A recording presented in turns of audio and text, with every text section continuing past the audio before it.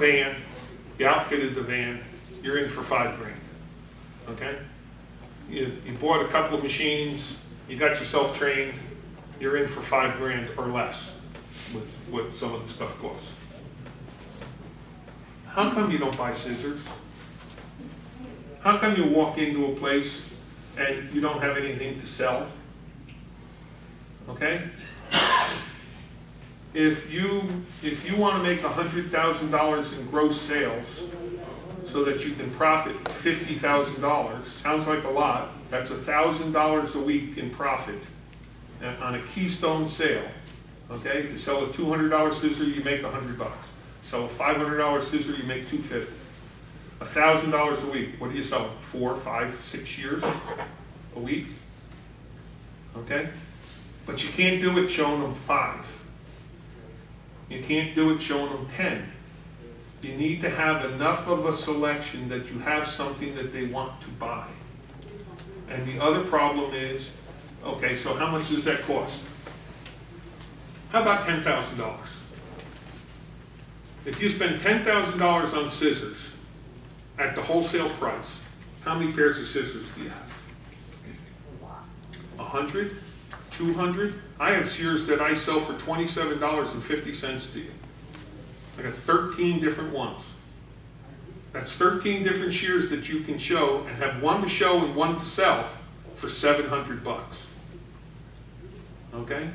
And everybody that sells shears has things similar to that, right up to paying $400, $500, $600 for a pair of shears.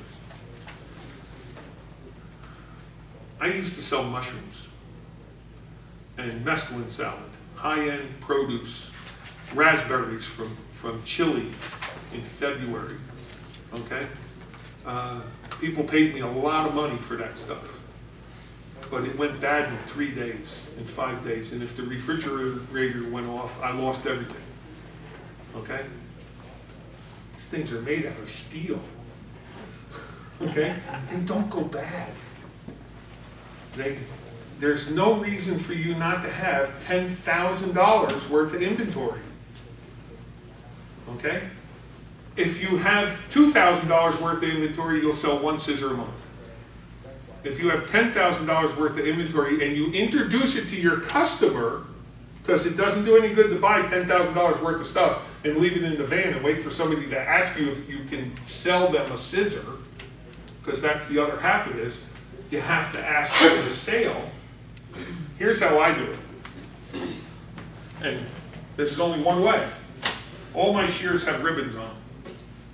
Okay? This is what I lay out, because this is what I own.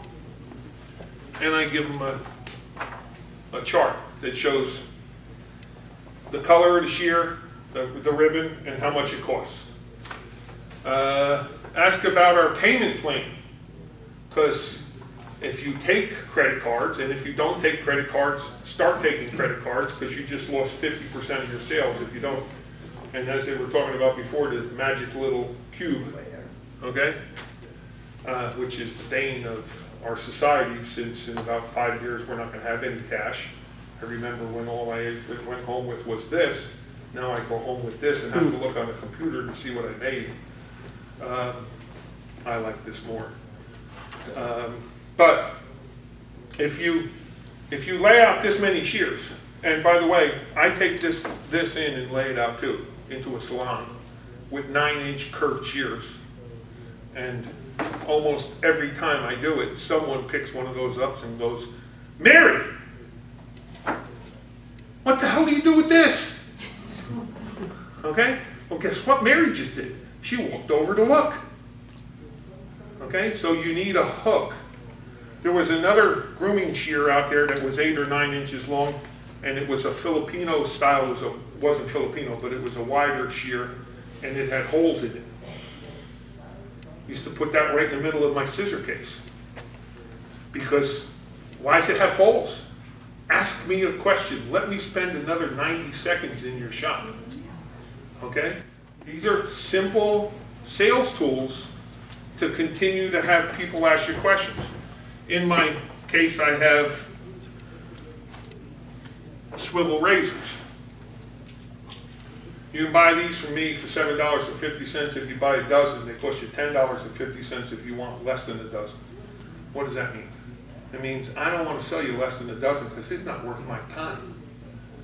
Okay? If you can't buy a dozen of these, why are you buying any? You should be taking this and a nice case and putting it together and giving them away when they pay retail of $199 for 2 pair of scissors, a $400 sale.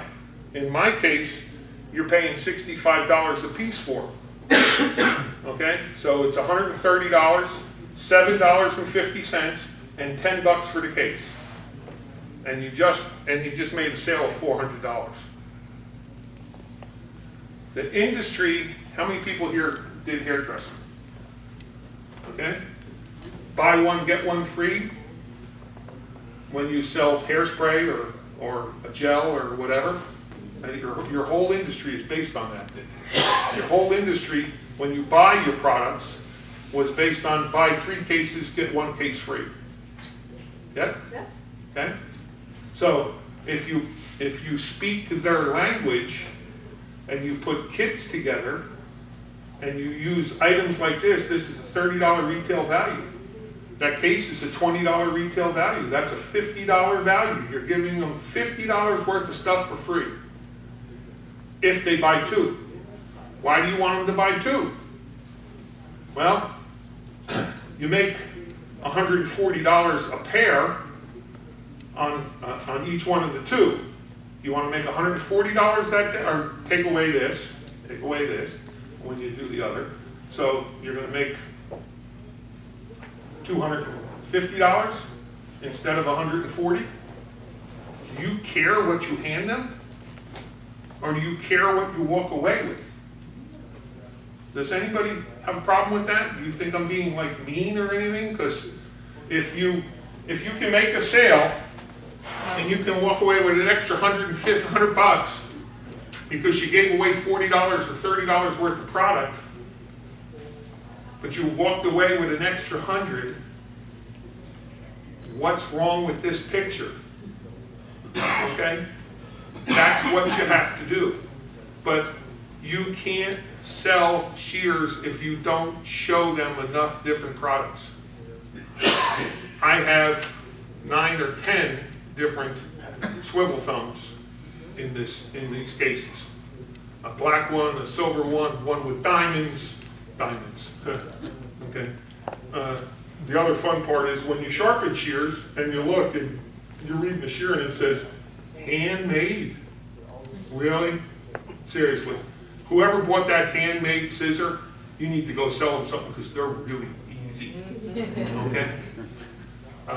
Gentleman in the back has 40 swivel thumb shears that he brings in to show to his customers because he has every size, 2, 3, 4 sizes of the same thing, of the same model. I'm a believer because I'm frugal in showing 1 or 2 sizes and having the rest of them out in the van. And when they say, oh, I really like this, but I want it in 6.5 inches, and you only have it in 6. Hold on a minute, I'll go get you a 6.5. Now they have to buy it. Okay?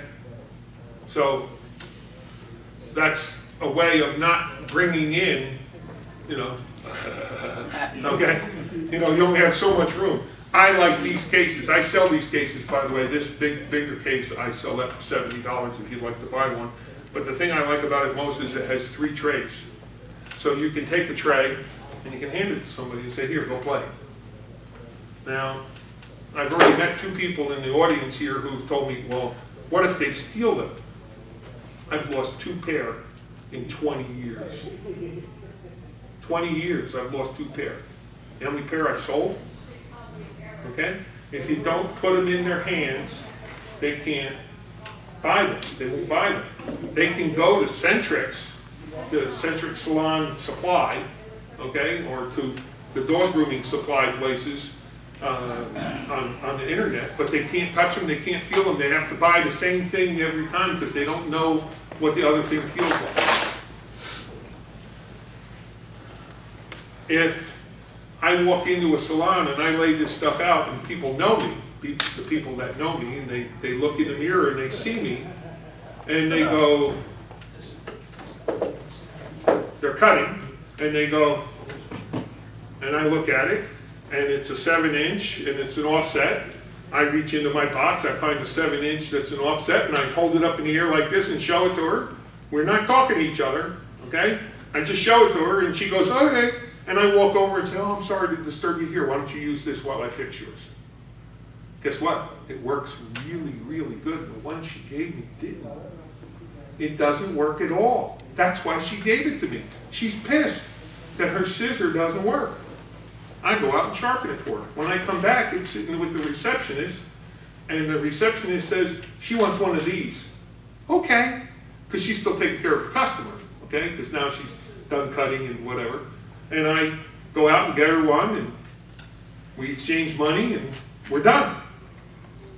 Okay? If I didn't hand it to her, that wouldn't happen. You buy that? You guys understand this? Okay? If you don't put them in their hands, I call it a test drive. Okay? You let them test drive the scissor. Now, when I sell a scissor, I give people 2 warranties. I give them 3 warranties. The one warranty is if anything bad happens to it, I fix it for free, okay, or replace it. They're forged, guys. This is forged steel. They'd have to run over it with a Buick for me not to be able to fix it. So the 2 real warranties are, the first one is you have 14-day trial. If you don't like the scissor, for the first 14 days, your customer doesn't like the scissor, your customer, not my customer. Remember, you're the retailer, okay? So he ain't my customer, okay? Or she ain't my customer. If they don't like the scissor within the first 14 days, you'll replace it with another scissor, but you won't give them their money back. And the reason why you won't give them their money back is because Joe at Proline won't return the scissor because he's a son of a bitch. Please make me the son of a bitch, and you be the nice person. Okay? I give you that opportunity. You tell him it's the wholesaler's fault. He won't take the scissor back. But this is a $149 scissor, and they might have bought this one, which is a $229 scissor. One of the realities is when she comes home with this $229 scissor, her husband says, we can't make the rent. You can't keep that. Okay? Or, who told you could buy it? Whatever. Okay? And he should be hit in the head, but that's personal stuff. They're going to call you up and say, I don't like this one. Now, you can't take it back. You're not going to lose the sale. You give her this one for $149. And then you tell her, I'm not allowed to give you your money back, but you're a really nice person. And I don't care what Joe says. I'm going to make the trade in your price. Well, you paid $70 for this, and you paid $55 for this. So you made a little bit difference there. This is $149. You didn't lose any money, is what I'm basically trying to tell you. You're going to spray a little alcohol on this and clean it up and make sure it's good and put it back in your case. Now, if she did anything to it and it has a chip or a nick or whatever, then you have to be a big boy and tell her you did something wrong to the shear, and I'll prorate it or I'll do whatever. But please use me as the reason why, even though I'm such a jerk, you're going to give her money back or the difference back. And now you made a friend. The other warranty is the oops warranty. Oops, I dropped it. Okay? What ends up happening is people turn around and they're not, it's called muscle memory. This handle is different than this handle. I used to be a basketball player. I know a lot about muscle memory. It actually almost cost me my marriage the first night after the wedding because she tapped me in the morning while I was sleeping and muscle memory kicked in and I rolled her over. So, but muscle memory, they're used to picking something up and now the thumb holds in a different place and they fumble with it and it falls on the ground. Okay? That's going to happen in the first 2 or 3 weeks. And a scissor can fall on the ground a half a dozen times and nothing happens to it, but eventually they're going to get unlucky and they're going to nick it. You'll fix it for free in the first 30 days. And the reason why you'll fix it for free is because, oops, I dropped it, I admit I made a mistake, okay? And now you have an opportunity to go back to that shop, assuming you're doing a local thing now. If you're doing something where it's mail order or whatever, you have them ship it to you, okay? And you fix it, and you charge them $9.95 to ship it back to them, but you fix it for free, okay? But the reason why I created the oops warranty is for many years, I'd sell somebody a scissor, and I know the scissor's perfect because I test it before I give it to them. Every scissor I sell to you, I test before I give it to you, before I ship it to you. So you sell them a scissor, and 5 days, 10 days, 12 days later, they call you up and they say, oh, this has got a hitch in it, there's something wrong, it's not working right. You sold it to me that way. Please don't tell me that. I really don't like getting PO'd. So don't tell me I sold you a bad product. So my easiest answer is to make fun of it and call it the oops warranty. Just tell me you dropped it and I'll come and do it for free.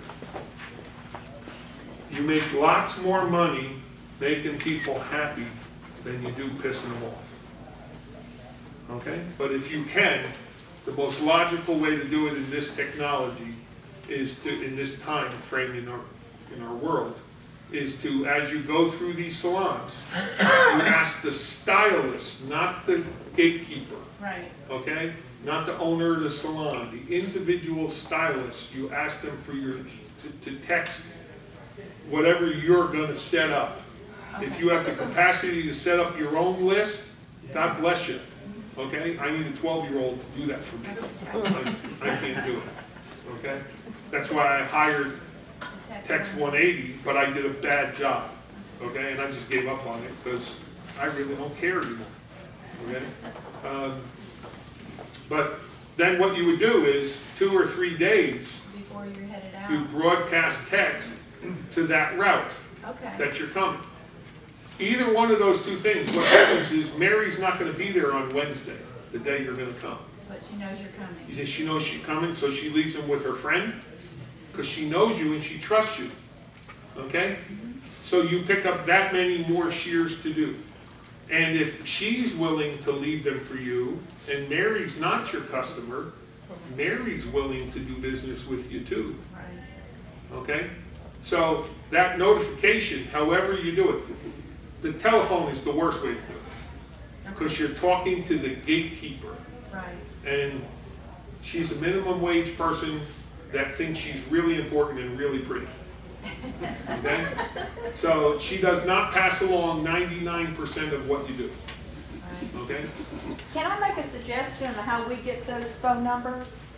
There's an app you can download. I think it costs a little bit, maybe like $5, $10. Download to your phone or your tablet, and they put, and I tell them, I said, this is to put you on my email newsletter list. And you can have whatever category things, so I ask for their phone number. But you can have up at the top saying, now this is also gives me permission to text you. So you could get, and then it's on, because they're typing it in on your phone or your tablet, you don't have to recopy it and write it down. And you get it right. Yeah, you get it right. Yeah. What is the app? I'll have to look up that on the phone. I think I said a few minutes ago, if you want to know how to do it technically, talk to Bonnie. Okay? Right? So I'm telling you the truth, aren't I? And that's why, and I brought Jane because she knows more than me. She'll be here tomorrow. She knows more about these things. But I think there's some free programs for doing the texting. I haven't really got into texting. Honey, anything that's for free is not worth buying. I do a lot with email. You know, anything for free is not worth Yeah. buying. Well, that. Okay? Because they're doing something. They're selling something to somebody That's true. that from the information that you're giving them, and you don't want to do that with your customer. Your customer starts getting stuff right after they gave you their information from some other Tom, Dick, and Harry, and then you've got a very unhappy customer. Yes, very good.